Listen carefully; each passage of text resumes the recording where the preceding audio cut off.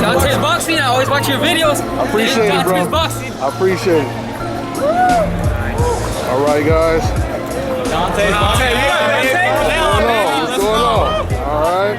I was gonna ask you who was gonna win, but I don't have to ask now. What's up, y'all? All right, y'all.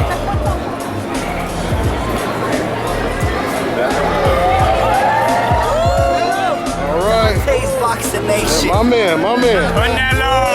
Canelo?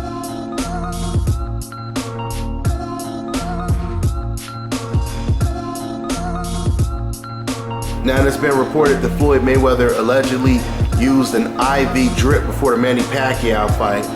Give me your take on this since you specialize in this field, Memo. Elaborate on this. Well, you know, when normally when an athlete needs a medical exemption, you gotta have the doctor's approval. Then you gotta ask the commission, and then you gotta ask the testing body. In this case, was USADA. So you're supposed to notify USADA, and USADA, you're supposed to say yes or no.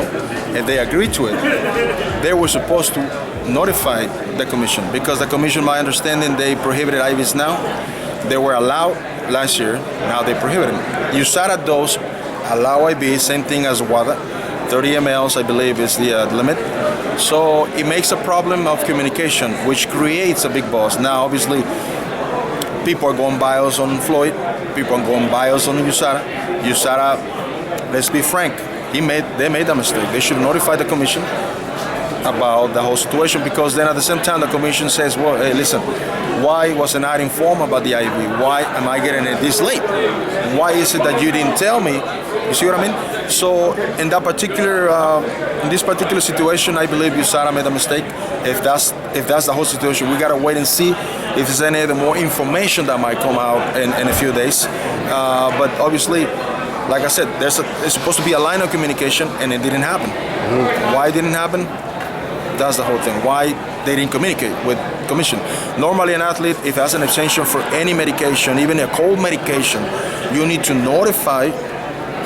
You got to come with a doctor. Sometimes you just go directly to USADA and say, look, before you even sat down and fill out the form, the declaration form, you got to notify, look, I've been taking this, I take this before.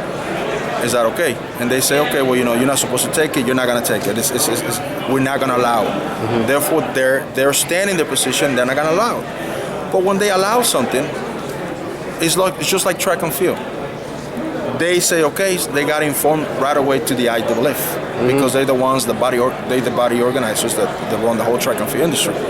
Therefore, they're supposed to communicate. Even when something comes up in the urine, a positive result, right away before they even notify the athlete, they got to notify, in this case, IAAF, and then IAAF got to notify the agents, and then the athletes get notified.